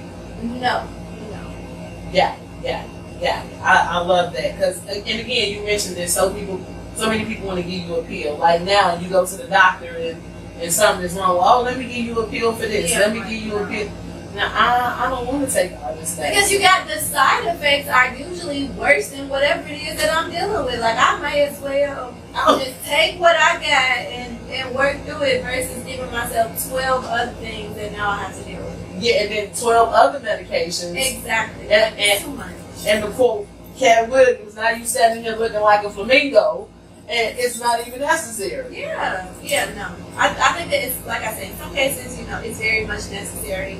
I know enough about, mental disorders and mental illness to understand that it could pop. There are times where it is necessary, but I do not. I am very much against medication. Other than Really? I don't even get my kids medicine. So unless they absolutely need it, like penicillin and stuff like that. Yeah, like them tier 2s and 3s. Exactly. Or like over the counter, like cold and flu Tylenol. No, I make their medicine. Really? When can I get on your couch? I make their Because medicine. you're making medication? Are you serious? Because my son used to get really, really sick. And that, at that time we were doing a lot of like over the counter medicines, and it was just like my baby was just always sick. And one day I was just like, yeah, I'm done. And I just started making my own, and my baby, he ain't really been sick after that. Wow. Well, after the show, I'm gonna tell you some things. And you make me a remedy. I'm with the remedies because I don't want to make these doctors rich off me. Exactly. Even though insurance is good, but I don't want medication to be the first go-to. Exactly. I agree. So I'm glad you said that. Does faith or spirituality play a role in your work with your clients? Oh, absolutely. I'm very much spirit-led. I grew up in the church, so it's like again, I stated I knew your mother and your grandparents. It's so very much ingrained in me, and it's there are often times where I have to pull on my face and just be able to do what I do. But of course I'm very much respectful to all of my clients and their faith journey and whatever they believe in. So I think that because sometimes people it can become like a point where like people are trying to pour their religion on you to try to change you or make you put you in a box that benefits them. But for me, like, I'm very much like client led.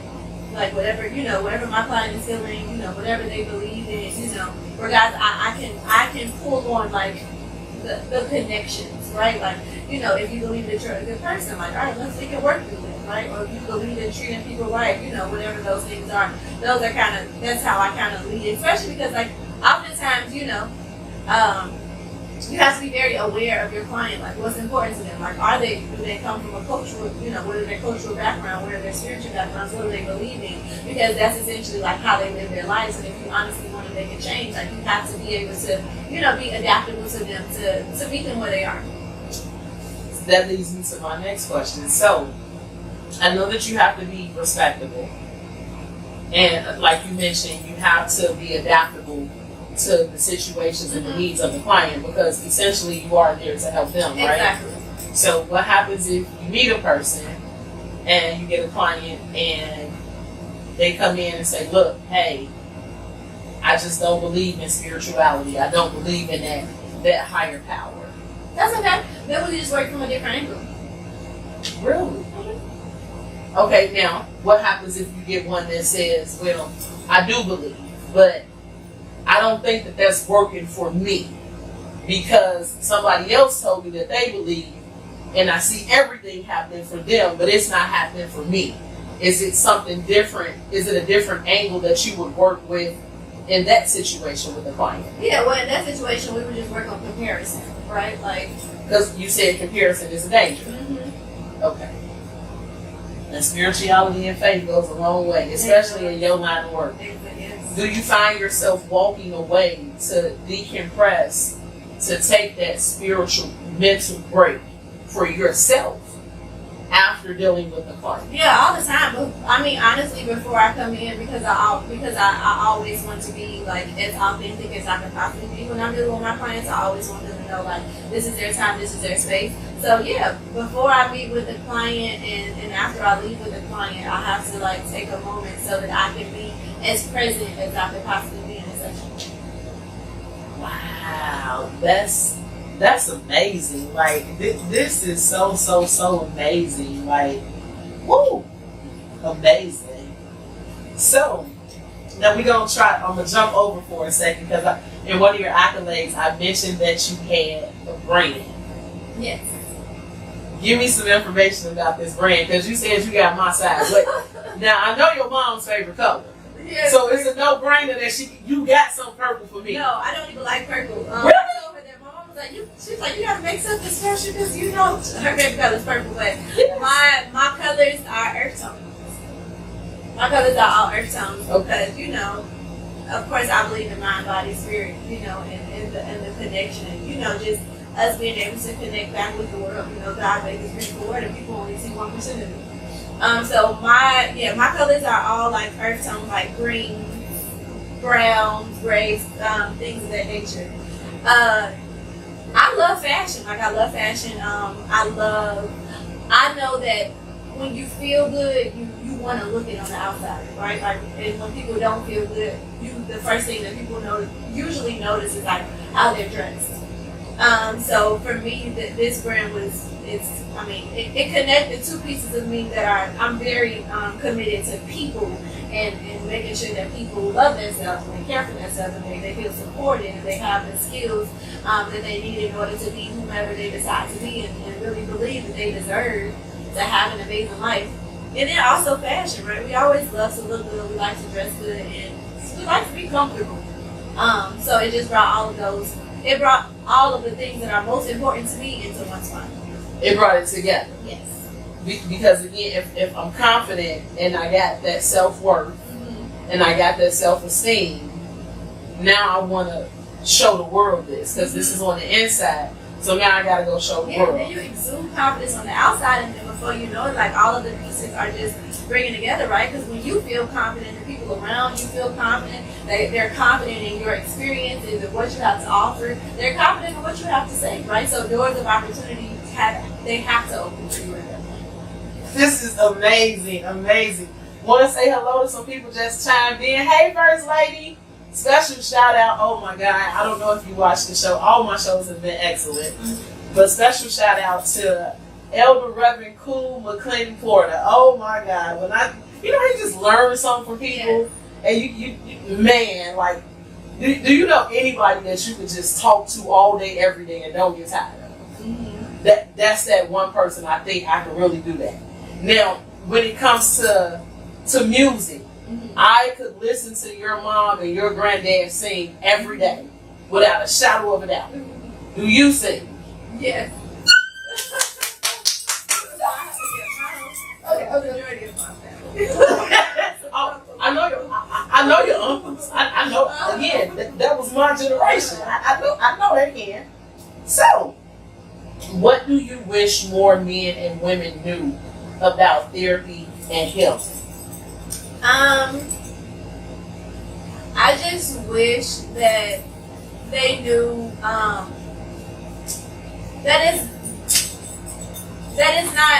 it's not what you heard. Meaning? It's not what you heard, meaning like you talked about earlier, like therapy is not meant to fix you. It's the negative connotation on therapy is like, I know in the Army there used to be a really negative connotation on therapy when people had to go, see a therapist. They're like, oh, they're going to the shrink, because usually when people go see the therapist, they end up getting discharged, right? They get discharged from the Army because that's how negative it was, like going to see like a therapist or a behavioral health specialist. So I think that the main thing that people like, you don't have to sit on the couch and tell them about your business. It's really a partnership. That's what I really want people to know about therapy. It's like it's very much a partnership. I think that people should think about it as like I have a support system, right? Like this person is just a part of my support system, just like my mom is, my dad, my friends, right? This is just a person who specifically has the skills necessary that you'll need to create success in your own life, right? Like everybody else can tell you, like, oh, they can give you advice, but this person can give you skills that have been shown and proven to work. Wow, that's deep. That's deep. So even though you have a support system, it's still okay to have a therapist. Yes, absolutely. Because and I'm one, like I go to my 7 friends for everything. Like if one know, the other 6 know. Because if something happened to me, y'all can tell the whole story. It's not one person know this, the other one don't. So sometimes I feel like it's an overkill because, like, prime example, this week was so challenging, but none of them knew about it because I didn't say nothing. I kept it to myself. But there are other times when days or weeks are challenging and it's like an overload on them. And so, like, how do you as the client say, okay, look, I don't want to overload my support system?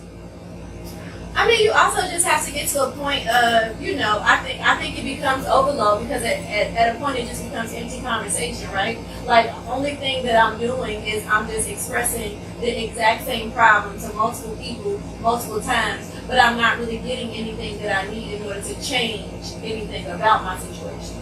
So it's just like, do you just like to talk, or do you want to see some action happen behind it? High five. Say that one more time. Do you want to do what? Yeah, it's like, do you want to talk, or do you want to see some change happen? I love it. Got another guest came in. Hello, Abby K. How you doing, sweetie? So, I don't know about the audience, but I have learned so much in this time frame that we have sat and spoke. And it's like you connected a lot of the dots because, again, I've had some phenomenal people on here. Kenitra Williams, she's a licensed therapist. McClinton Porter, he's a life journey coach. He everything. Like, he's got a whole bunch. Like, he's just all of the above. And, it's like y'all are saying the same things, just in a different way. Yet y'all haven't met each other. But because it's just making things so clear. You know that song, I Can See Clearly Now, right? And it's like the stigma that was on therapy. Like, I'm glad that you said what you said. Like, it's not what it is. It's not. It's, as time has progressed, that has progressed with it. Yes. So that's excellent. That's excellent. And I know we've been talking about therapy and you, but now I want to talk about you. Okay. Like, I want to talk about you. Okay. So, what's next for Amber? And what I mean by that, what's bringing you joy and purpose right now in your own life, your clothing brand, and your goals?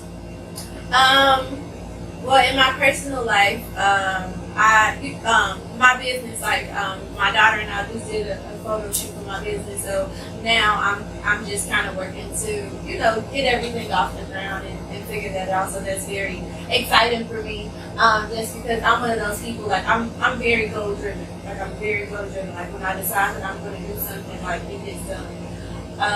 Just because I just believe. You know, I just believe that that's just how I prefer to live my life. And that's just how I like for my kids to see me. I am going back to school.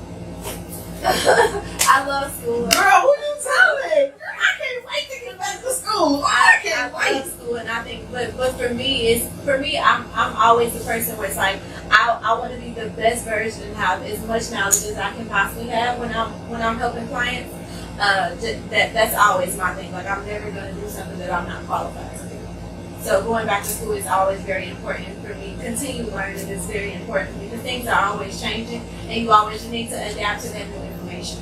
Every day something is changing. Every day, like I feel like if you don't have room to learn anything, then something is wrong with you. Because I learn something every day. Yes. Like just sitting here with you, I learned something. Yes. And I wasn't gonna do a pop quiz, but yes, you made me do a pop quiz on something you just said. So you said you just did a photo shoot with you and your daughter for your business. Yes. What type of business do you have? What type of business? I have a fashion brand. Okay. What type of business do you have? And I know you like, wait, what? Oh! I don't even know. Why don't you know what type of business you have? What would be like? What is it? I don't know. I don't know the proper. I don't know the term for it. Okay, so we gonna do baby steps. Okay. Do you have an accountant? Yes. You do. Have you talked to your accountant about your business and what you wanted to do to get that help? No. That's on my list of to-dos. That's on your list. That's on my list of to-dos. Okay. Because you know you gotta get the funding and it's stressful.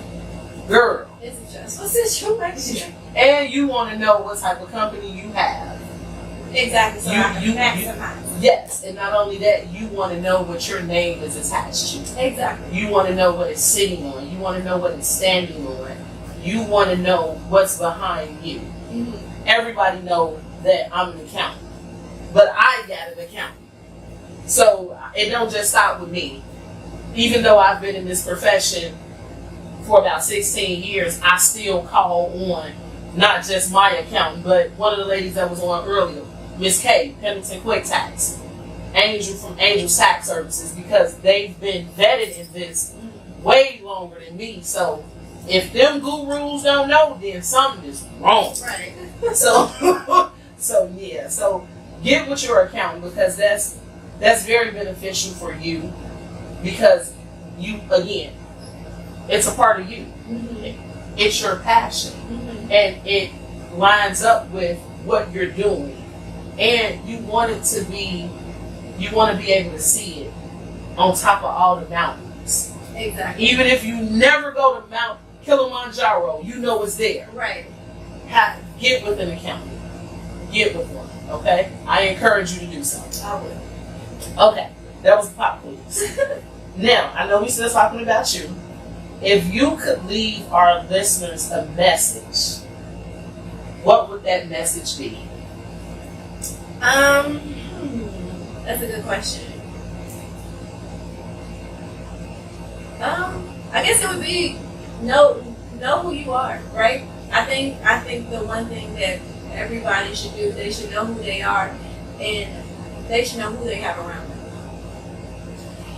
So sometimes people get lost in the sauce, as you say, when you say know who you are. And typically, and I learned this in church, and you know, sometimes people say who you are. Like if you ask me that, I'll tell you, well, oh, I'm an accountant. And my pastor said, no, that's not who you are, Reverend Porter. That's not who you are. That's what you do. Exactly. Who are you? Exactly. So some people don't know how to differentiate the two.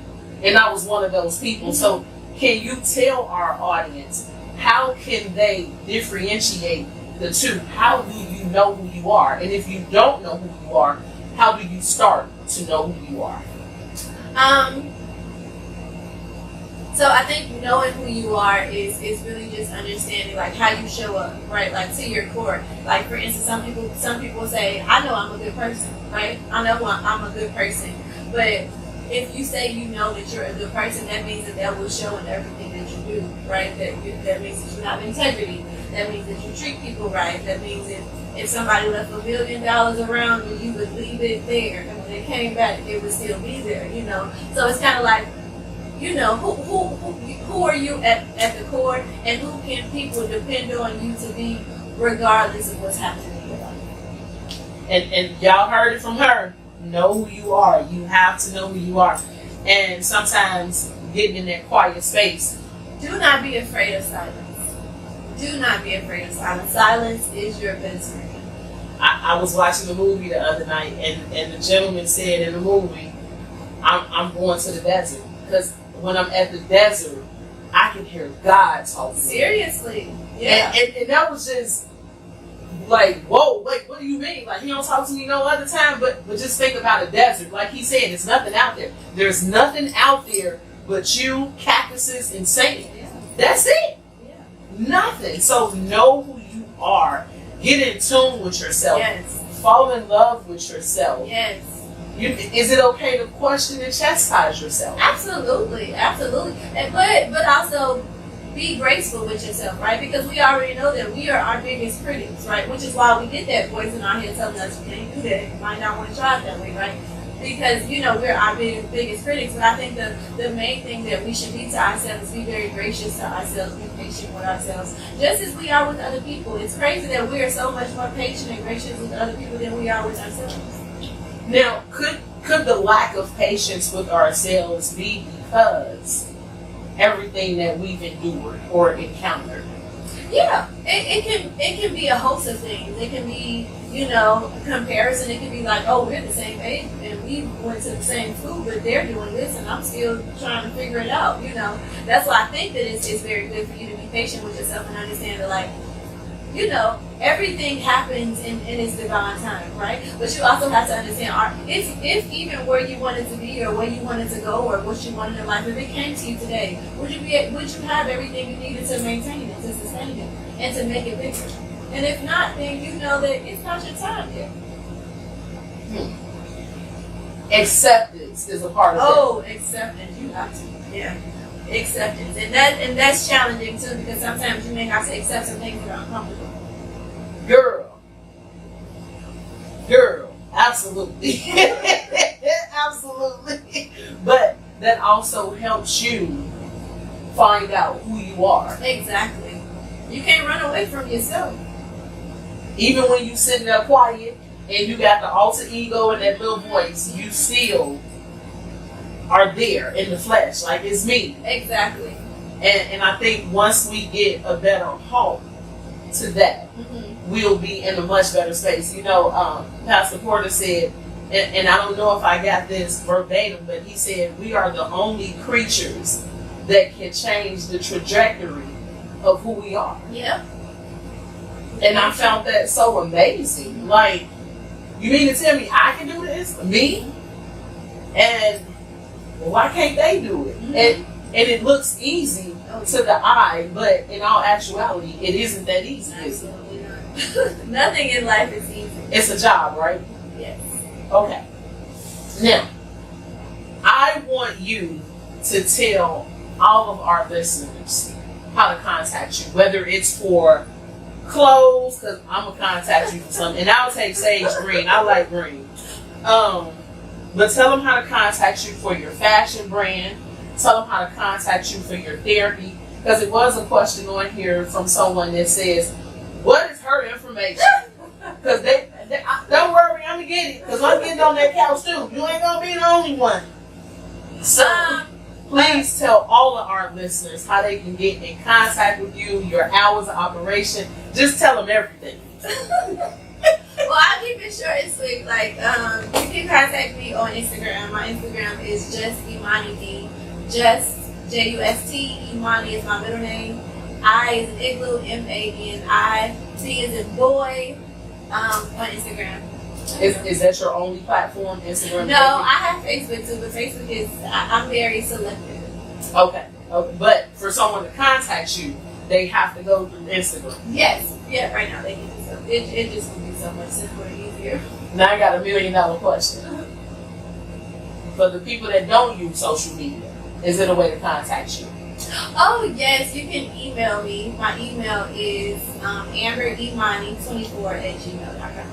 And that's AMBERIMANI@Gmail. 24. Oh, 24. I'm sorry. gmail.com. At gmail.com. Y'all heard that. AmberImani24@gmail.com. Yes. Is it a certain business hours you have, or they can just contact you? Yeah, I mean, if you're emailing me, you can email me at any time. Okay. Well, yeah, I mean, it can be any time because it's not a direct line like you're not calling me. That would be 9 to 5. Right. And you got that boundary set. We done already found that out. Do not call me after what you can, but you will not get an answer. But yes. Okay. I'm so glad you came out. So, Anointed County wants to say, like, we totally appreciate you.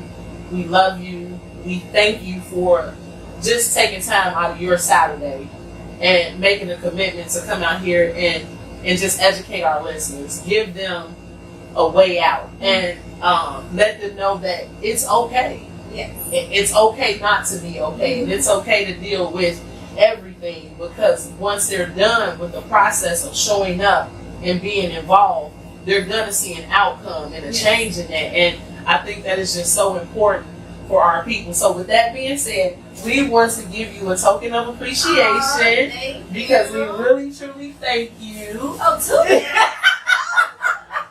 2 bags. Okay. I was not expecting that 2 bags. It's okay. It's okay. And that's what we like to do. We like to just show our appreciation, because you could have been doing anything today on Saturday besides being here, giving out this wealth of information that you get paid to do every day. So we totally appreciate that. Did you have any questions for us? Did you want to pose any questions to our audience? No, I feel like we covered so much that people are probably just like really letting all of the information sink in. And I love that. Process it, let it sink in, being silent and come out of it and see what's the first thing you want to do. Yeah, go back and watch the show, you all. You can always come back and watch it here at the Facebook page, Shamana M. Allen. Go to my YouTube page, Anointed County. This video will be uploaded by tomorrow, Lord's will. It's a wealth of information. You're more than welcome to email me. You're more than welcome to call me. You all have my direct line and business line. You're welcome to text me. Even send a message through the website. Like, this information is just so important for day-to-day living, for our mental well-being. Yes. It's so important to protect that mental space. Yes. And to have a provided space there. Mm-hmm. And is it okay if I add you to our network of professionals that we have? Yes. Because a lot of people want to see more women therapists, or more therapists that are soft-spoken, or someone that has been on a journey. Like you mentioned, I too had to see a therapist. So somebody, okay, well then she ain't too bad, I'll go talk to her. Mm-hmm. Sometimes we tend to want to follow in those footsteps to talk to somebody that's been in our neck of the woods. Exactly. And so that's creating that safe space, and I love that. So you all please do that. Next week, we have a phenomenal show coming up. We're still going to be talking about Alzheimer's and brain awareness because we're still in the month of June. We're going to talk about that continuously though, because the mind is a terrible thing to waste. And once your mind is gone, there is no coming back. That machine can't do it. So you have to protect your space. You need to talk to somebody, reach out. Now, I'm not one big on reaching out sometimes. My biggest outlet is crying. I will cry you a river. Yeah. I will cry you a Crying river. is a good release. And still have enough left for another river. Like, You got an ocean. I do. One day my friend told me, she said, didn't you just cry like 10 minutes ago? Where these tears coming from, girl? And they just there, but that's my outlet. Yes. And that's also a good release. You just heard our therapist in psychology major say that. Yes. So yes, but tune in next week as we're going to be talking more about Alzheimer's and financial planning and how it's so beneficial. And that's not just for our seniors. That's good knowledge for everybody, especially when you're talking about financial planning. Yes. That's so important. You have to start young. Like, I've seen so many people give their children and their grandchildren debit cards, credit cards, and then it's like they come back a week later, Mom, I ain't got no more money. Where your money go? Why are you spending all on? And so my question to the parent is, well, did you teach them about spending boundaries? Did you teach them to use this for that? Like, all of that has just been taken away. And so if we want to have that financial plan in place, we got to start somewhere.